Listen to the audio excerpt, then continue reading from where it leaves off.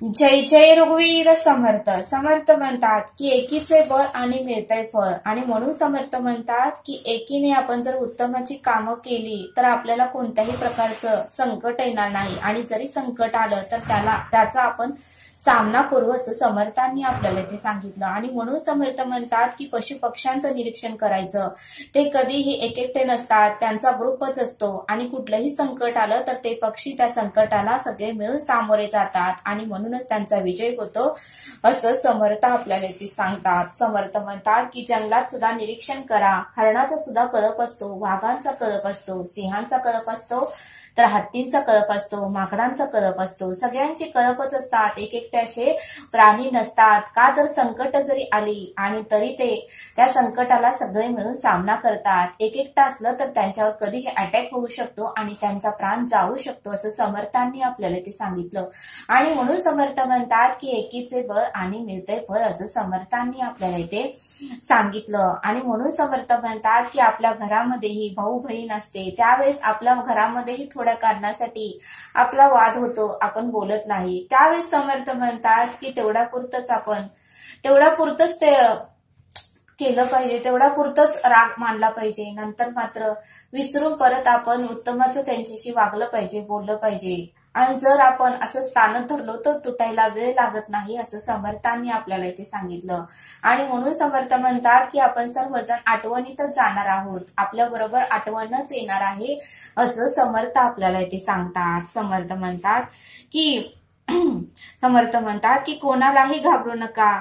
घाबरायचंच असेल तर आपल्या कर्माला घाबरा, कारण आपली कर्म ही उत्तमाची आपण केली पाहिजे. इतरांनी जरी विचारलं तर आपल्याला ताठ मानेने आपली कर्म सांगता आली पाहिजे. आपली कर्म सांगताना आपल्याला लाज वाटता कामा नये असं समर्थ आपल्याला इथे सांगतात. आणि म्हणून समर्थ म्हणतात की पशु पक्षी गुणवंत त्यास कृपा करी समर्थ, कारण पशु पक्षी हे आज्ञित आहेत. त्यांना जे नियम लावून दिले आहेत त्या आज्ञेचं ते रोज पालन करतात. ते सकाळी लवकर उठतात, इकडे तिकडे जाऊन आपल्या अन्नाची सोय करतात. नंतर मात्र संध्याकाळ व्हायच्या आतमध्ये ते आपल्या घरट्यामध्ये येतात, पण आपण मात्र आज्ञेचं पालन करत नाही असं समर्थांनी आपल्याला इथे सांगितलं. समर्थ म्हणतात की आपल्या देहाच्या पुण्याचा बॅलन्स आपल्याला वाढवता आलं पाहिजे. तर आपल्याला कोणतंही संकट आलं, त्रास वेदना झालं तर त्याचं दुःख आपल्याला जास्त होणार नाही असं समर्थांनी आपल्याला इथे सांगितलं. समर्थ म्हणतात की ज्यावेळेस आपण परब्रह्माला, ईश्वराला हार बनवतो त्यावेळेस त्या हारामधली फुलं आपल्याला दिसतात, पण दोरा दिसत नाही. पण त्या दोऱ्याच्या आधारानेच ते फुलं आपण विणलेली असतात, ते फुलं आपण त्या दोऱ्यामध्ये घातलेली असतात, मग सुंदर असा हार तयार होतो. मग समर्थ म्हणतात की तो हार आपल्याला दिसतो, पण दोरा आपल्याला दिसत नाही. तसं समर्थ म्हणतात की आपल्या देहामध्येही परब्रह्म आहे, आपल्या देहामध्येही अंतरीचा आत्मा आहे. तो फक्त आपल्याला दिसत नाही, पण तो आहे म्हणून आपण सर्व कार्य करतो, आपण बोलतो, ऐकतो, चालतो. तो जर निघून गेला तर आपण निष्पक झोपणारच आहे, पडून राहणारच आहे असं समर्थांनी आपल्याला इथे सांगितलं. आणि म्हणून समर्थ म्हणतात की जोपर्यंत आपल्या शरीरात आत्मा आहे तोपर्यंत आपल्याला उत्तमाचं वागता आलं पाहिजे असं समर्थांनी आपल्याला इथे सांगितलं. समर्थ म्हणतात की आपले विषय आपल्याला मरेपर्यंत सोडणार नाहीत, आपले विषय आपल्याला मरेपर्यंत त्रास देणारच आहेत. पण समर्थ म्हणतात की कमळ चिखलात राहून सुंदर दिसते, पण समर्थ म्हणतात की कमळ चिखलात राहून सुंदर दिसते, तसे आपल्याला विषय रूपी चिखलात राहून ही उत्तमाची कर्म करता आली पाहिजे. समर्थ म्हणतात की कमळ चिखलात राहूनही सुंदर दिसते, तसे आपल्याला हे विषय रूपी चिखलात राहून कर्म सुंदर करता आली पाहिजे असं समर्थ आपल्याला इथे सांगतात. समर्थ म्हणतात की दासाचा आचार तोच बैठकीचा प्रचार आहे. समर्थ म्हणतात की दासांचा आचार तोच बैठकीचा प्रचार आहे असं समर्थांनी आपल्याला इथे सांगितलं. समर्थ म्हणतात की पाणी गढूळ असते त्यावेळेस आपल्याला काहीच दिसत नाही. समर्थ म्हणतात की पाणी गढूळ असते त्यावेळेस आपल्याला काहीच दिसत नाही, पण ज्या वेळेस पाणी स्वच्छ होते आणि त्या पाण्यामधली माती खाली राहते त्यावेळेस मात्र आपल्याला सर्व काही स्वच्छ दिसते, काचसारखं ते पाणी स्वच्छ आणि निर्मळ दिसतं असं समर्थांनी आपल्याला ते सांगितलं. तसं समर्थ म्हणतात की राग आल्यावरही आपल्याला शांत बसता आलं पाहिजे. राग ज्यावेळेस शांत होतो त्यावेळेसच आपल्याला बोलता आलं पाहिजे, कारण रागाच्या भरात आपण काही नाही ते बोलत राहतो आणि त्याचा पश्चाताप आपल्याला परत होतो, असं समर्थांनी आपल्याला इथे सांगितलं. समर्थ म्हणतात की गोट्यातल्या म्हशीला काहीच काळजी नसते, गोट्यातल्या म्हशीला काहीच काळजी नसते. तिला माहिती असतं की माझा मालक मला पाणी आणि चारा घालणार आहे, माझा मालक वेळ आली की मला चारा आणि पाणी घालणार आहे. आणि मग ती म्हैस चारा आणि पाणी खाऊन त्या मालकाला सकाळ आणि संध्याकाळी भरपूर असं दूध देते. तसं समर्थ म्हणतात की त्या म्हशीसारखं आपल्यालाही जीवनामध्ये बिनधास्त रामदास म्हणून राहता आलं पाहिजे, आपल्यालाही त्या म्हशीसारखं बिनधास्त राहता आलं पाहिजे. आपली जे काही ठरवून दिलेली कामं, जे काही उद्योगधंदा नोकरी करून जास्त विचार न करता आपल्यालाही बिनधास्त राहता आलं पाहिजे, असं समर्थांनी आपल्याला इथे सांगितलं. समर्थ म्हणतात की मोबाईलचा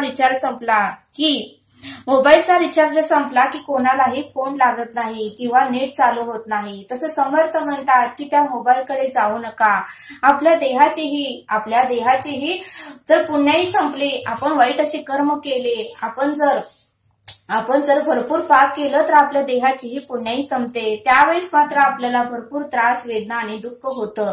म्हणून समर्थ म्हणतात की ज्यावेळेस आपण मोबाईलला रिचार्ज मारतो त्यावेळेस इतरांना फोन लागतात, त्यावेळेस नेट चालू होतं. तसं समर्थ म्हणतात की आपल्या देहाची जर पुण्याई वाढली, आपण जर सत्कर्म केलं, पुण्याईचा बॅलन्स वाढवला तर आपल्याही कुठल्याही निवेदनाची पूर्तता समर्थ करणारच आहेत, असं समर्थांनी सांगितलं. फक्त आपल्याला पुण्याईचा बॅलन्स हा वाढवता आला पाहिजेत, असं समर्थ आपल्याला इथे सांगतात. समर्थ म्हणतात की प्रत्येक वेळेस आपल्याला नम्रतेत राहता आलं पाहिजे, नम्रतेत बोलता आलं पाहिजे. म्हणून समर्थ म्हणतात की प्रत्येक मंदिराची दारं ही खालीच असतात. म्हणून समर्थ म्हणतात की प्रत्येक मंदिराच्या गाभाऱ्याची चौकट ही खालीच असते. का तर आपण वाकून त्या परब्रह्माचं दर्शन घेण्यासाठी आपण वाकून जातो, का तर नम्र होतो आणि म्हणूनच तो परब्रह्म आपल्याला दर्शन देतो, असं समर्थ आपल्याला इथे सांगतात. समर्थ म्हणतात की विषयांनी माणसाची अवस्था फार वाईट केली आहे, त्यामुळे या विषयामुळेच माणसामध्ये आदर, माया, प्रेम, जिव्हाळा काहीच राहिला नाही. या विषयांमुळेच माणसामध्ये आदर, माया, प्रेम, जिव्हाळा काहीच राहिलेलं नाही, असं समर्थांनी आपल्याला इथे सांगितलं. समर्थ म्हणतात की मीपणा सोडून द्या. म्हणून समर्थ म्हणतात की मी आला की सगळं नष्टच होणार आहे. म्हणून समर्थ म्हणतात की एखादं कार्य केलं किंवा एखादं काम केलं किंवा एखादं कार्य आपल्या हातून झालं त्यावेळेस आपण मोठ्या उत्साहाने सांगतो की मी केलं, मी होतो, माझ्यामुळे झालं, मीच आहे म्हणून होतंय. तर समर्थ म्हणतात की मी हा वापरूच नका, मी मुळेच तुला दुःख आणि कष्ट होणार आहे. समर्थांनी केलं, समर्थांमुळेच झालं, समर्थांच्या शक्तीमुळे झालं, समर्थांच्या सामर्थ्यामुळे झालं आणि सद्गुरूंनीच हे सर्व कार्य माझ्याकडून करून घेतले असे म्हणा, तरच तुला यश, कीर्ती, प्रताप, महिमा प्राप्त होणार आहे, असं समर्थ आपल्याला इथे सांगतात. समर्थ म्हणतात की आचार उत्तम असेल तर प्रचार करण्याची काहीच गरज नाही. आचार उत्तम असेल तर प्रचार करण्याची काहीच गरजच पडणार नाही, असं समर्थांनी आपल्याला इथे सांगितलं. समर्थ म्हणतात की सोन्याचं कानातलं जर बनवायचं असेल तर त्या सोन्याला सुद्धा अग्नीत जावं लागतं आणि मग ते सोनं पातळ झाल्यानंतर अनेक विविध डिझाईनचे कानातले बनवून तयार होतात आणि मग ते सुंदर कानातलं आपण आपल्या कानामध्ये घालतो, असं समर्थांनी आपल्याला इथे सांगितलं.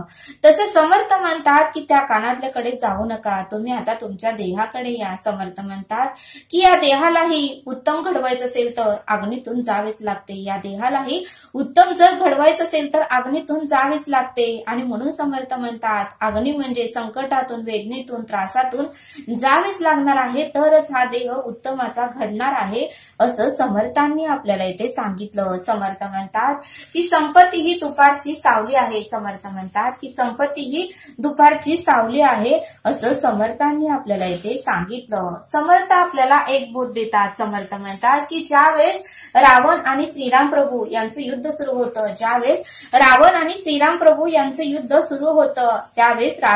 श्रीराम प्रभूंना म्हणाला की की मी तुमच्यापेक्षाही प्रत्येक गोष्टीमध्ये मोठा आहे, मी तुमच्यापेक्षाही प्रत्येक गोष्टीमध्ये मोठा आहे, माझ्याकडे तुमच्यापेक्षाही धन भरपूर आहे, मी वयानेही तुमच्यापेक्षा मोठा आहे आणि मी शक्तीनेही तुमच्यापेक्षा मोठा आहे, मी वैभवानेही तुमच्यापेक्षा मोठा आहे, तर माझं राज्यही तुमच्यापेक्षा मोठं आहे, माझ्याकडे बुद्धी ही मोठी आहे आणि माझी पूर्ण लंका ही सोन्याची आहे आणि कुटुंबामध्येही मी मोठा आहे आणि राज्यही माझं मोठं आहे, तरीही मी हारलो आणि तुम्ही जिंकला, तरीही माझा पराजय झाला आणि तुमचा जय झाला. आणि का तर तुमचा भाऊ लक्ष्मण हा शेवटपर्यंत तुमच्या बरोबर होता, तुम्हाला त्यांनी साथ दिली, प्रत्येक संकटाला, वेदनाला, दुःखाला, परिस्थितीला सामोरं जायला तुम्हाला तुमच्या भावाने साथ दिली आणि म्हणून तुमचा जय झाला. का तर तुमच्यामध्ये एकी होती आणि एकीचे फळ आणि मिळतंय फळ हे मला आता समजलं.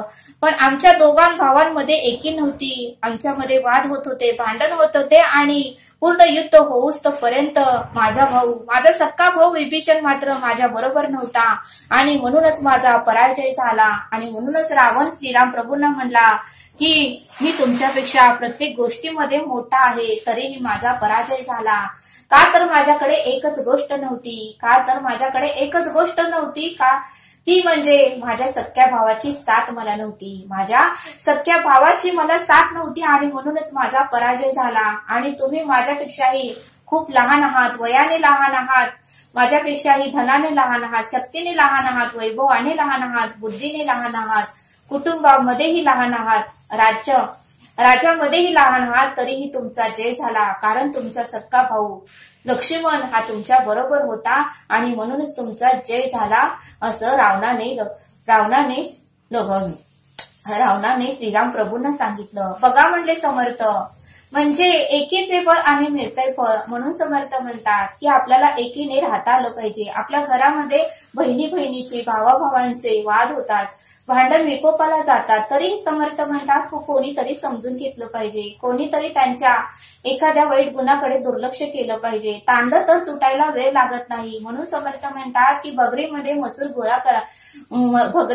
मसूर मिक्स करायला 1 मिनिटही लागत नाही, पण तीच भगरीमधली मसूर डाळ बाजूला काढायला मात्र 1 दिवस पूर्ण जातो. आणि म्हणून समर्थ म्हणतात की भांडण करायला आणि नातं तोडायला 1 मिनिटही लागत नाही, पण ते नातं मरस्तेपर्यंत टिकवून ठेवायला मात्र खूप वेळ लागतो. आणि म्हणून समर्थ म्हणतात की वाद घालू नका, भांडण करू नका, एकीने राहावा, एकीने प्रत्येक परिस्थितीला, संकटाला सामोरे जावा. बघा म्हणले समर्थ, एकीचे बळ आणि मिळतंय फळ, असं समर्थांनी आपल्याला इथे सांगितलं. आणि म्हणून समर्थ म्हणतात की श्रीराम प्रभूचे सर्व भाऊ एकत्र होते आणि म्हणूनच त्यांचा जय झाला.